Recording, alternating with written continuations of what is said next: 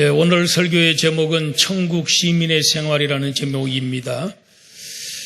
우리는 복음을 듣고 그 복음을 믿을 때 우리가 하나님의 자녀가 되고 그리고 동시에 천국 시민이 됩니다. 우리가 천국 시민권을 얻으려고 노력할 필요는 없습니다. 복음을, 십자가의 복음, 부활의 복음을, 또 구주되심의 이 복음을 믿고 또 받아들이기만 하면 천국 시민이 됩니다. 천국 시민이 되면 천국 시민 되게 해주셨기 때문에 천국 시민답게 살아야 됩니다. 그래서 오늘 27절 말씀에 보면은 합당하게 생활하라, 이 말이 무슨 말이냐면 시민답게 살아라, 시민 노릇 잘하라 하는 이런 원어적으로 그렇게 표현할 수 있습니다. 빌립보의 사람들은 로마 제국의 식민지였기 때문에 로마 제국 사람들은 굉장히 프라이드가 있었습니다. 로마 제국 시민권자들은 자기들은 세계를 지배하고 있는 백성이다, 이런 그 프라이드가 있었어요. 그리고 그때 당시에 이 로마 제국이 빌립보를 지배하고 있었기 때문에 로마 사람들이 많이 와 있었고, 또 일부 빌립보 사람들 중에 어떤 사람들은 돈을 주고 시민권을 살 수도 있고요. 또 큰 공로를 세우면 시민이 될 수도 있었습니다. 시민권을 획득한 사람들은 로마 시민하고 똑같은 그런 자부심을 가지고 살았다 그럽니다. 로마의 시민권을 갖게 되면은 평생 일하지 않고도 먹고 살 수 있답니다. 왜냐하면은 나라가 세계를 지배할 정도로 확장돼 갔기 때문에 그 나라의 정복한 나라의 노획물을, 전쟁 노획물을 가지고 오게 되면 시민들에게 나눠주고 그렇게 해서 그것 가지고 살아갈 수도 있었고요. 또 국회의원이 되려는 사람들, 호민관이라는 국회의원이 되고 싶은 사람들은 이제 유권자들에게 뇌물을 주는데 노예 한 사람을 뇌물로 줄 정도로 이렇게 부유했고, 또 그들은 로마 제국이라는 그들이 또 사용하는 언어가 라틴어입니다. 지금도 라틴어가 있잖아요. 라틴어가 로마 제국의 말인데 자기들의 언어를 굉장히 자부심을 갖고 사랑했어요. 그래서 어디로 가든지 남이 알아듣든 말든 라틴어로 해버리는 거예요. 그 정도로 자부심을 갖고 있었던 걸 봅니다. 몇십 년 전까지만 해도 신부들이 설교를 할 때에 라틴어로 한 적이 있어요. 듣든 알아듣든 말든 라틴어로만 해야 된다는 그런 것 때문에. 그러나 이제 수십 년 전에 이게 바뀌었지요. 그래서 알아들을 수 있는, 청중들이 알아듣는 용어로 설교를 하고 그렇게 해야지. 자기들만 안다고 신성한 용어라고 해가지고 라틴어를 써버리면 되느냐, 이렇게 그런 일도 있었습니다. 그래서 이 빌립보서를 바울 사도가 쓸 때에 합당하게 생활하라, 복음의 신앙에 합당하게 생활하라, 이 말은 시민답게 살아라, 이런 뜻으로. 그러면 무슨 시민이겠습니까? 바울이 말하는 시민답게 살라는 말은 천국 시민답게 살아라 하는 뜻입니다. 그래서 이 용어를 쓰면 빌립보 사람들은 로마 제국 사람들이 시민답게 사는 것처럼 우리 하늘 시민, 천국 시민은 시민답게 살아야 되겠구나, 이렇게 이해가 잘 갔다는 것입니다. 그러면 천국 시민이 좋겠습니까? 이 로마의 시민권이 더 좋겠습니까? 천국 시민은 영원한 운명이 보장되어 있지만은 로마 시민은 땅에서의 안전이 보장될 뿐입니다. 천국 시민들은 영원한 운명이 보장되어 있습니다. 그리고 천국 시민은 만왕의 왕이신 예수 그리스도를 영원히 왕으로 모시고 삽니다. 그러나 로마 시민은 로마 황제를 섬기는데 황제들이 너무 자주 바뀌고 어떤 황제는 살해당하는 황제도 있었고 또 어떤 황제들은 비리에 의해서 추방되기도 하고 하여튼 이 세상에 또 병이 들어 죽기도 하고 이런 그런 단명한 거지요. 영원히 존재하지 못하는 그런 황제를 모시고 살았습니다. 천국 시민은 어디를 가든지 하나님께서 보호해 주시고 인도해 주지만은 로마의 시민은 그런 보호와 인도를 받지 못했던 것입니다. 물론 나라의 보호는 받을 수 있었지만은 자, 그러면 천국 시민들은 어떻게 생활해야 될까요? 세 가지로 말씀드리려고 합니다. 첫째로는 천국 시민은 복음을 위하여 협력하는 생활을 해야 된다. 복음을 위해서 협력하는 삶이라는 것이 우리 천국 시민의 특징은 하나님이 우리를 천국 시민으로 또 하나님의 아들로 삼아주셨기 때문에 뭘 듣고 복음을 듣고 십자가의 복음, 부활의 복음을 듣고 우리가 믿음으로써 시민이 됐기 때문에 그 복음의 능력이 너무 큽니다. 그 복음의 축복이 엄청난 겁니다. 그렇기 때문에 전도하는 겁니다. 예수님 천국 시민 된 사람들은 시민이 아닌 사람들에게 덜 전도하는 거죠. 그리고 때를 얻든지 못 얻든지 전도하는 겁니다. 빌립보 성도들도 이렇게 때를 얻든지 못 얻든지 전도하고 그 복음을 너무너무 자랑스럽게 생각하고 부끄러워하지 아니하고 복음을 부끄러워하지 아니하고 전도했어요. 그리고 또한 여기 보면 나도 전도하지만 전도하는 전문적으로 전도하는 사람들, 전문적으로 선교하는 사람들에게 협력했다는 거예요.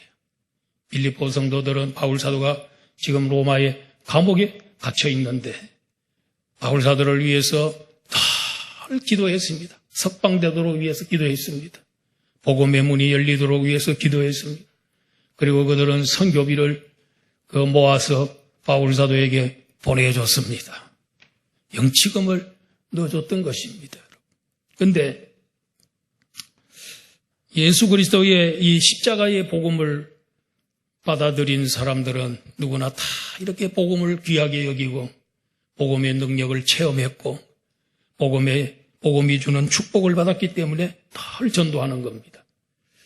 그리고 전문 전도자들을 위해서 후원해주고 밀어주는 거죠. 그들은 바울사도 선교를 위해서 협력하는 그런 사람들이었던 것입니다. 제가 어저께 이 설교 준비를 하려고 지금 요 정도 설교 준비를 하고 있는데 카톡을 보니까 제가 아는 전도 열심히 하는 그 목사님, 서산에서 열심히 전도하는 목사님이 카톡을 보냈어요. 열어보니까 목사님, 내가 오늘부터 한 열흘 동안 일본으로 간다는 거예요. 일본에 가서 도쿄를 전도하고 그리고 또 전국 일본 열도 전체를 돌아다니면서 복음을 전하고 선교하러 갑니다. 기도 많이 해주세요. 끝에다가 계좌번호를 넣어놓고 선교 후원 좀 해주시기 바랍니다. 이 목사님은 정식 교회 하는 것도 아니고 날마다 서산에서 전도를 서너 시간씩 전도지 나눠주고 그렇게 하는 목사님인데 제가 가만히 보니까 이 목사님은 그냥 놀러 가는 게 아니구나. 일본 가도 전도하러 간다 그랬으니까 전도 열심히 할 목사님이다. 그래가지고 제가 싸줬습니다. 그래서 보내드렸습니다. 진또 어떻게 꼭 설교 요거 오늘 선교를 위해서 협력해야 된다. 그런 설교 딱 나와서 다 했더니 목사님이 안양 북부교는 엄청난 복을 받을 겁니다 하면서 또 이렇게 그 문자가 이렇게 왔더라고요. 오늘 뭐 간다 그래요. 한 열흘 정도 일본과 도쿄와 일본 전역을 다니면서 선교하고 전도한다고 그렇게 합니다. 우리 교회도요. 우리는 지금 이 선교사님들처럼 이렇게 외국에 나가서 선교하지는 못해도 우리는 재정 후원으로 그다음에 기도로서 우리 선교를 우리는 보내는 선교사, 그들은 보냄받은 선교사, 김신환 선교사님 보냄받은 선교사, 우리는 보내는 선교사들이에요. 그래서 우리 교회도 1998년도에 김신환 선교사님을 우간다로 보낼 것을 우리가 선교사 파송을 했습니다. GMS에서 총회 세계 선교회에서 와서 예배를 주도했습니다. 그리고 1년 동안 캐나다에 가서 거기에서 영어 공부, 의학 공부하시고 그 다음에 우간다에 2000년도에 우간다에 들어가서 지금까지 25년 동안을 열심히 선교하고 있습니다. 여러분들이 내는 선교 헌금 가지고 우리 김신환 선교사, 우리 교회 단독 파송 선교사님 생활비도 우리가 대줘야 되고 활동비도 줘야 되고 그래서 우리가 이렇게 부지런히 후원을 하고 있습니다. 크게 흡족하게는 못하지만 그래도 우리가 기도 많이 해주고 날마다 기도하고 후원을 하고 있습니다. 여러분 목장에서도요. 다 선교사님에게 보내는 목장 또 농어촌 미자리 교회에 후원하는 목장도 있습니다. 농어촌 교회 목사님들은 여러분들이 보내는 매달 선교 후원금이 큰 도움이 된다면서 그래서 이제 그만 끊어도 될까요? 하고 한번 떠보면 안 됩니다. 보내야 됩니다 하고 참 학수고대하고 돈을 기다리고 있어요. 돈 올 날짜가 되면. 그게 시골이나 이런 농어촌 교회는 굉장히 큰 돈이에요. 그런데 우리 목장들 보면은 어떤 목장은 두 분만 목원이 2명이에요. 또 어떤 데는 3명이에요. 그런데도 정해진 후원금 있잖아요. 우리 교회에서 일정량 그걸 그분들이 부담을 하고 이렇게 하고 있는 거. 참 하나님이 기뻐한다고 생각이 됩니다. 또 제가 어떤 목장에서 보니까 말씀 부장 목원이 있어요. 각 목장마다 제가 오늘 설교한 거 이걸 가지고 잘 정리를 해서 목장 예배 드릴 때에 말씀을 증거하는 그런 말씀 부장들이 계세요. 그 한 말씀 부장님을 만났는데 그분이 하는 말이 목사님이 설교한 걸 가지고 목장 예배가 될 때까지 계속 읽고 또 묵상하고 이래서 그걸 나중에는 요약을 잘 해가지고 타이핑을 다 컴퓨터로 쳐가지고 그 다음에 그걸 나중에 발표하고 난 다음에는 제가 다 그동안에 한 거 전부 다 모아놨습니다. 그런데 얼마나 그 요약을 잘했겠어요. 그래 요약하는 것도 쉬운 일이 아닙니다.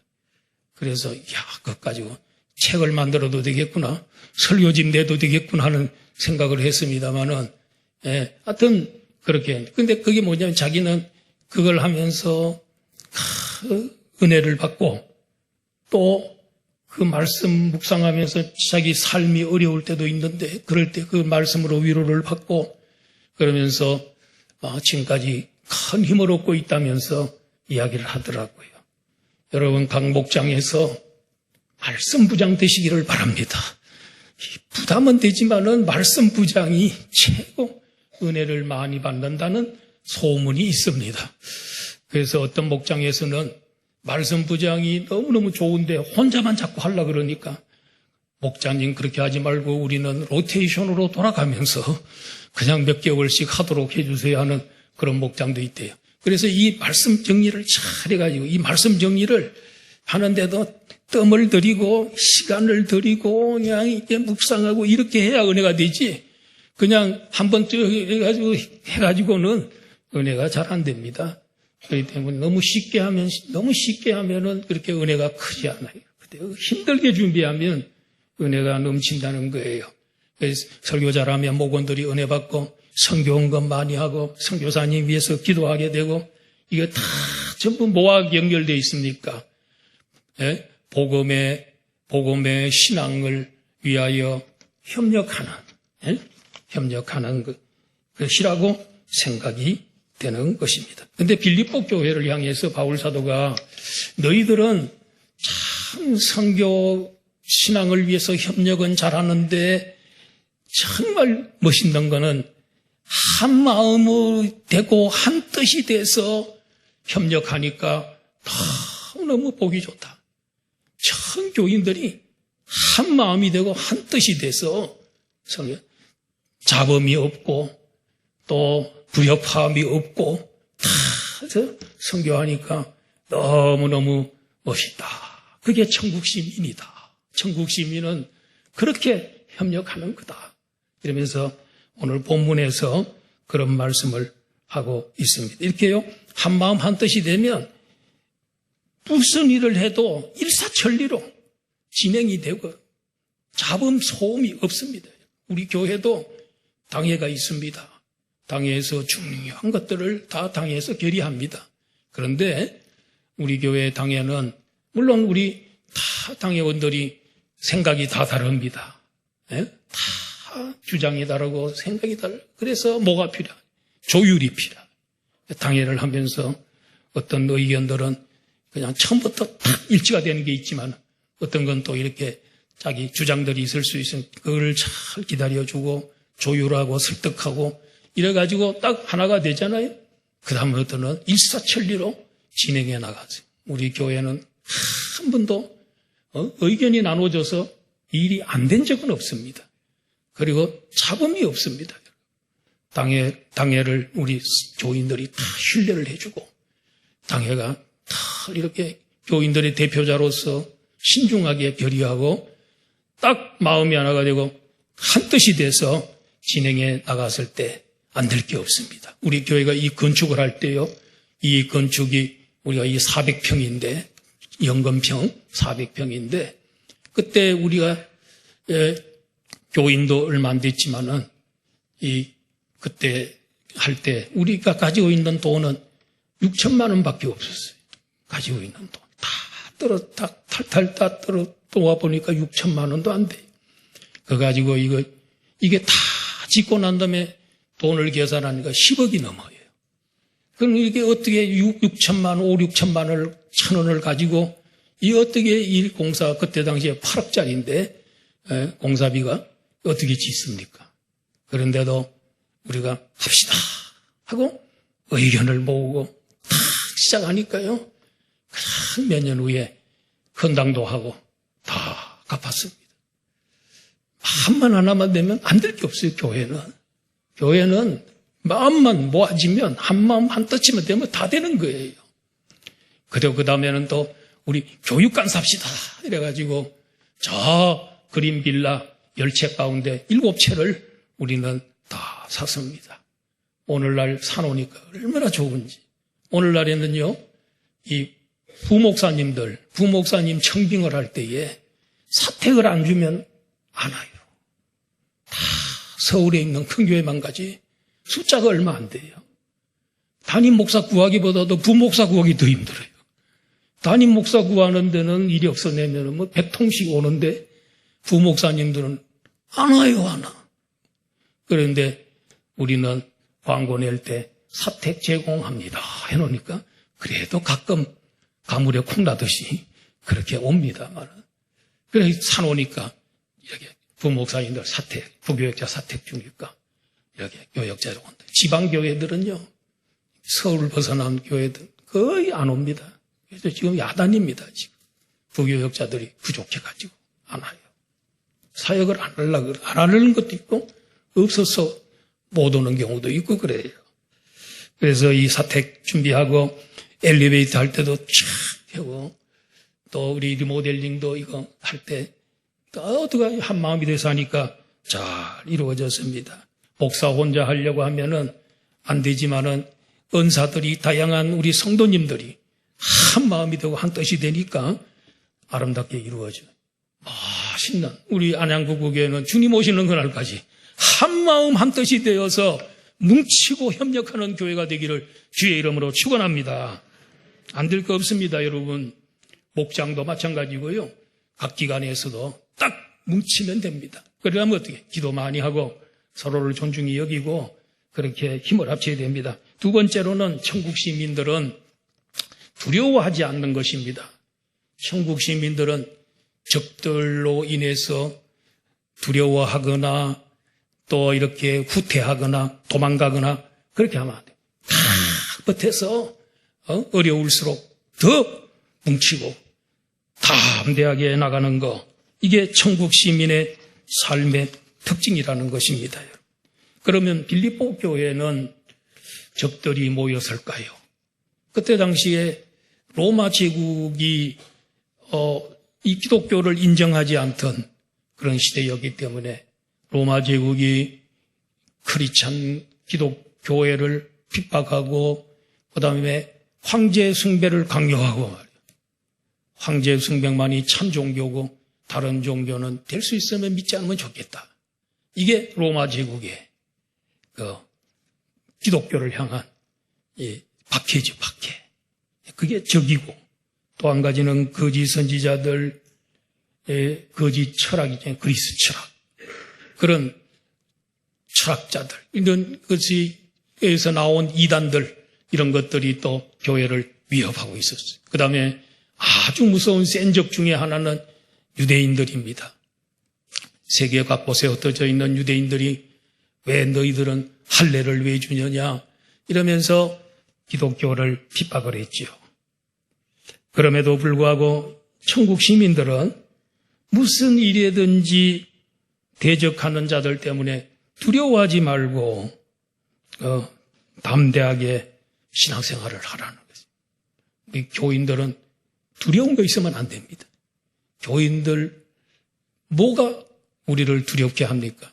두려움에 빠지면 안 됩니다. 두렵게 하더라도 절대로 두려워하면 안 되는 것이지요. 또 어느 시대나 보면은 교회를 늘 괴롭히는 게 있죠. 마귀죠.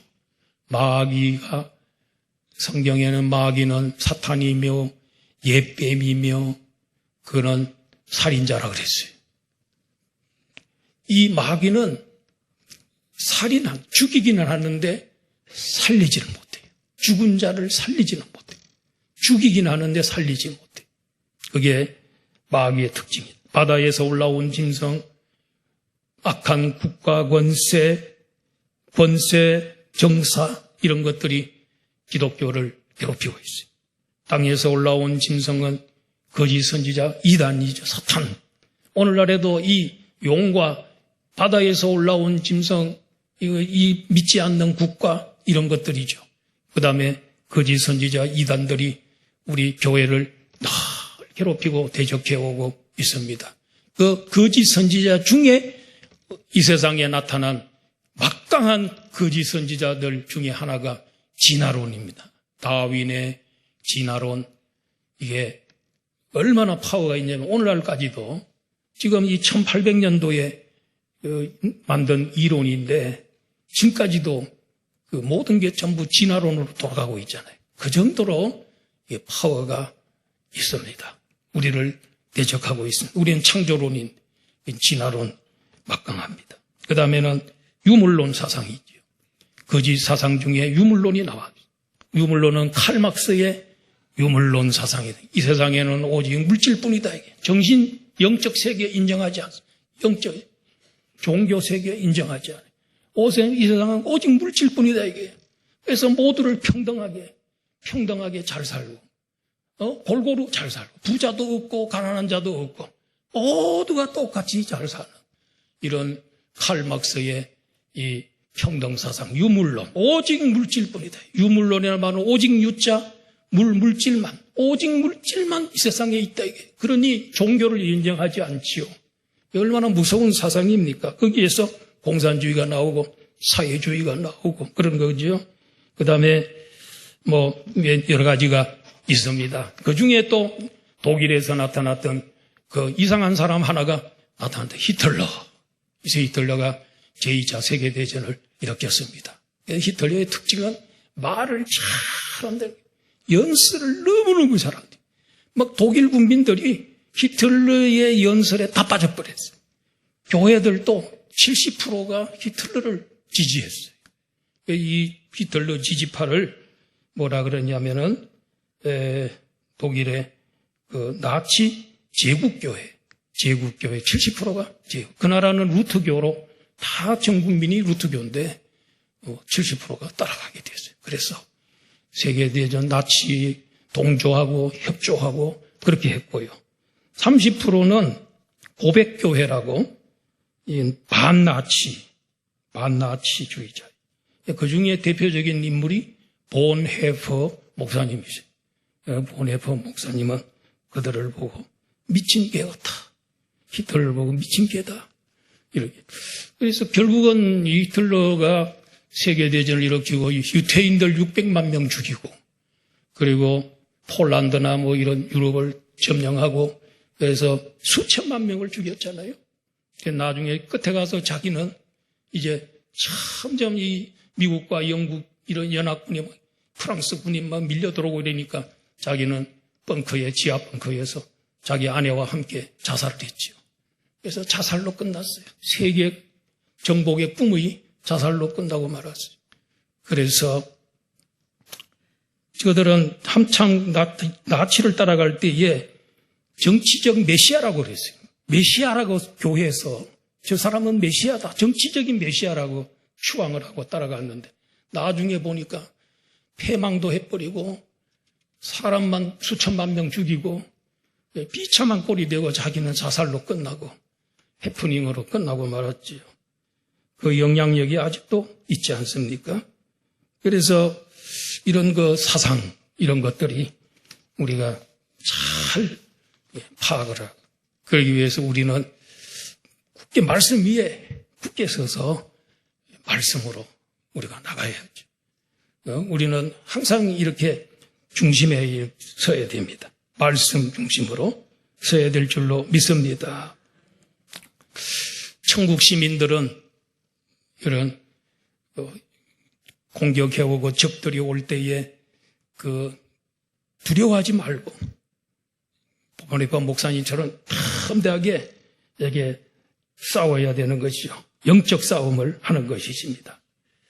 이렇게 주를 위해서 살다가 죽으면요. 혹시 죽으면 하늘나라에서 면류관이 준비되어 있습니다. 적어도 우리 천국 시민은 복음을 위해서 일하면서 죽음과 실패에 대한 두려움이 없어야 합니다. 우리가 똑같은 고난을 당해도 복음을 위해 당하는 고난을 당한다면 자부심을 갖고 살아야 합니다. 죄를 지으면서 누리는 안락에는 진정한 평화가 없고 심중 깊숙한 곳에 두려움과 양심의 가책만이 있을 뿐입니다. 우리가 복음을 위해서 하는 일이라면 마지막으로 항상 승리로 끝난다는 것을 알아야 합니다. 자, 우리가 지금 마태복음 10장 28절 한번 보겠습니다. 시작. 몸을 죽여도 영혼은 능히 죽이지 못하는 자들을 두려워하지 말고 오직 몸과 영혼을 능히 지옥에 멸할 수 있는 자를 두려워하라. 그러면 몸은 죽여도 영혼은 죽이지 못하는 자들 누구죠? 마귀. 그죠? 바다에서 올라온 짐승, 땅에서 올라온 짐승, 이것은 이 세상에 끝날 때까지 있을 거예요. 오늘 우리도 다 박달동에도 살고요. 지금 다 우리 옆에 와 있어요, 지금도. 두려워하지 말고, 이들은 영혼은 죽이지 못합니다. 그런데 몸과 영혼을 능히 지옥에 멸할 수 있는 분 누굽니까? 하나님이시죠. 그 하나님을 우리는 오직 우리 하나님만 두려워해요, 우리는. 예? 마귀는 두려워할 거 없어요. 바울사도 디모데후서 3장 11절 한번 봅니다. 디모데후서 3장 12절 시작. 무릇 그리스도 예수 안에서 경건하게 살고자 하는 자는 박해를 받으리라. 이 세상에 살면서 핍박받고 박해받고 그렇게 살려거든 여러분 경건하게 사세요. 깊은 믿음 갖고 사세요. 그러면 마귀가 그냥 안 둘 거예요. 건들 거예요. 괴롭힐 거예요, 여러분. 근데 신앙생활 그냥 엉성하게 이래도 좋고 저래도 좋고 그렇게 신앙생활 그냥 물에 물 탄 듯 술에 술 탄 듯 이렇게 술에 물 탄 듯 이렇게 하려거든 그냥 그런 사람에게는 핍박이 없어요. 어려움이 없어요. 근데 하늘에 상급이 하나도 없어요. 하나도 없어요.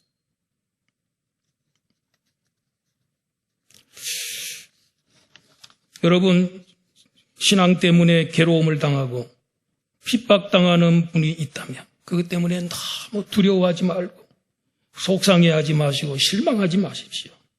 불신자에게 오해받는다고 속상해할 필요가 없습니다. 그건 다 오해니까 시간이 지나면 판가름이 나고 맙니다. 무고한 고난을 당하고 욕을 먹지만 내가 참으로 떳떳하고 진실하면 걱정할 것이 전혀 없는 줄 믿습니다. 그러니까 우리는 이 지금 눈앞에 당하는 어려움만 보지 말고 그 미래에 일어날 일들을 내다보고 살아야 된다. 그래서 지금 눈앞에 보이는 핍박만 보지 말고 핍박자들이 하나님 앞에서 주님 앞에서 부끄러움을 당할 거다 하는 그 미래도 내다볼 줄 알아야 됩니다. 현재의 고난만 보고 두려워하지 말고 미래의 영광을 내다보고 살아야 됩니다. 현재 사탄의 세력을 두려워하지 말고 그가 졸지에 망할 것을 내다보고 살아야 돼.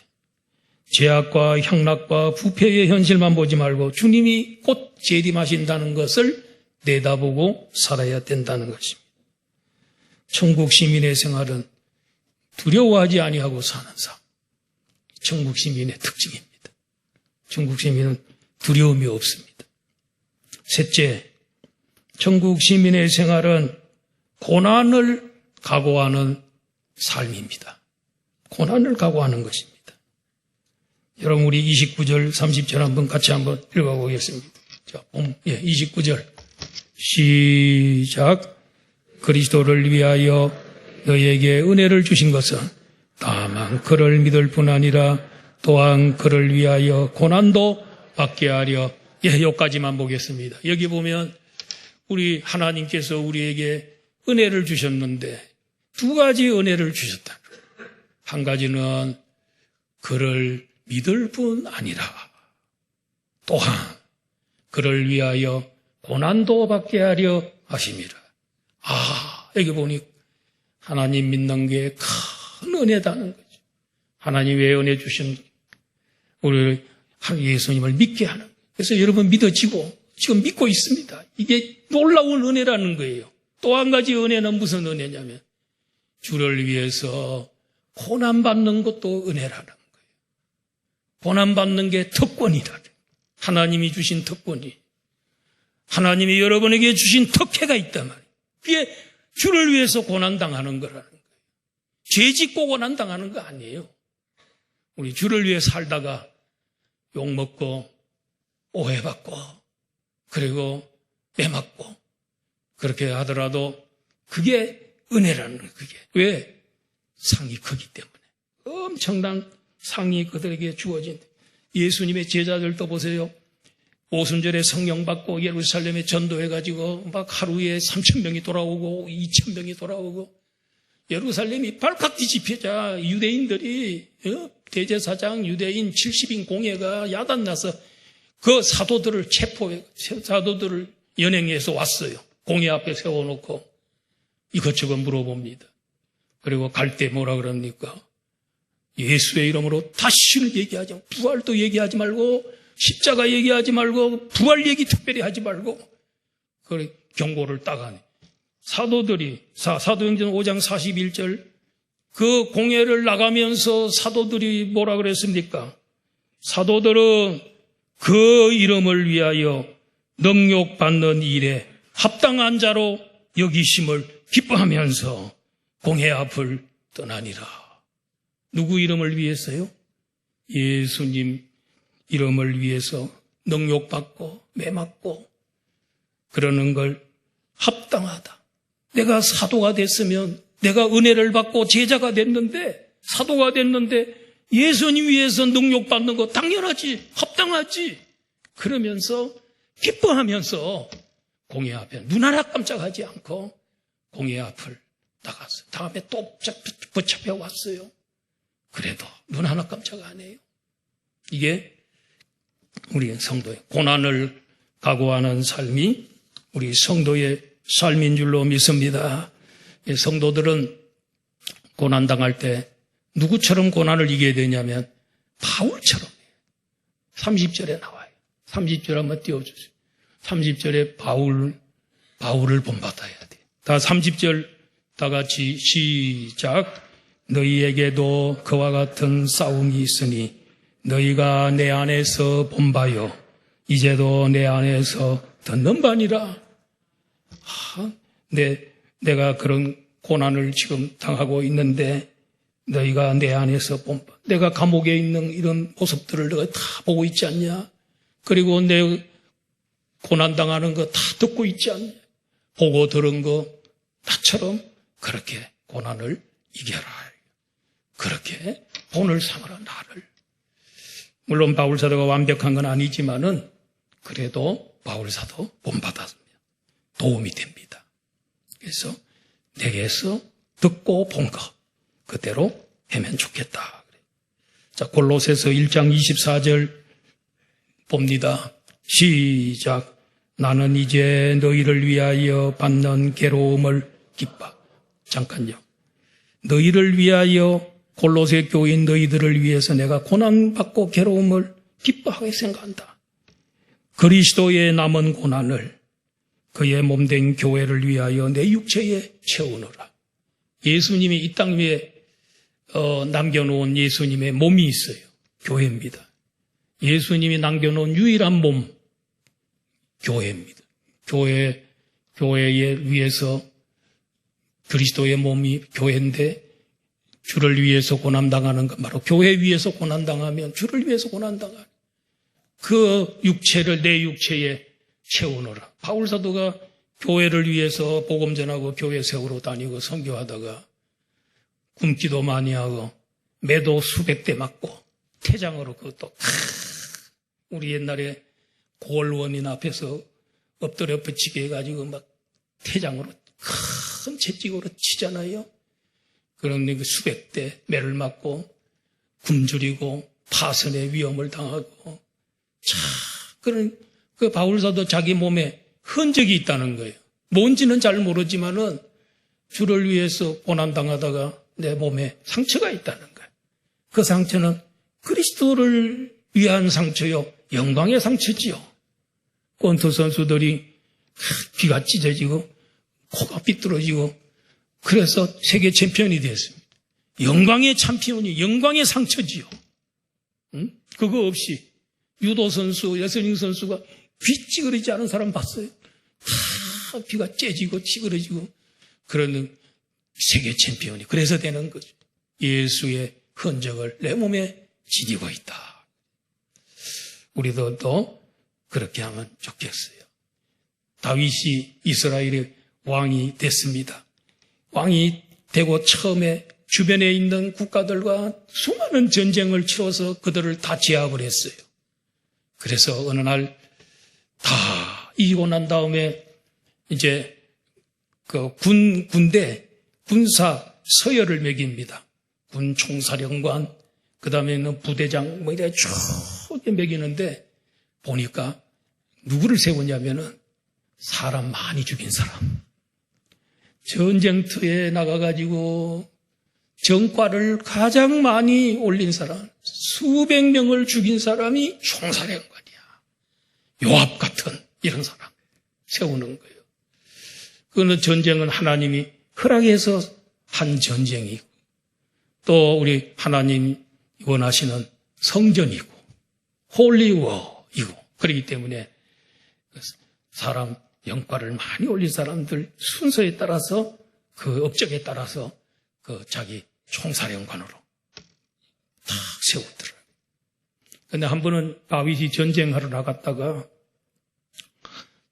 자기 고향 베들레헴 그 뒷산에 전쟁하는데 그 베들레헴을 블레셋 군인들이 점령을 하고 있어요.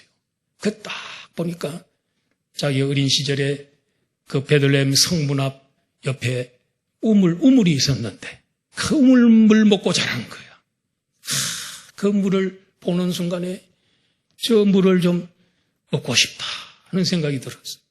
그러고 옆에 있는 부하들에게 야, 우리 고향집 저 동네 앞에 있는 우물물 한 번 좀 마셨으면 좋겠네.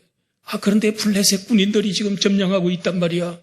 그랬더니 옆에 있는 부하 3명이 나타나가 임금님, 저희들이 갔다 오겠습니다.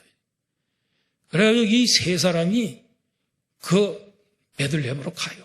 가가지고 막 싸웠겠죠. 그래서 하여튼 살아 돌아왔어. 물을 가지고 온 거예요. 다윗이 그 물을 먹고 싶어서 시키긴 했지만은 물을 딱 보는 순간에 그들이 싸워서 몸에 피를 흘리고 이렇게 상처를 입고 이게 겨우 살아서 돌아온 그들을 볼 때 어떻게 이걸 내가 먹겠냐 이게야.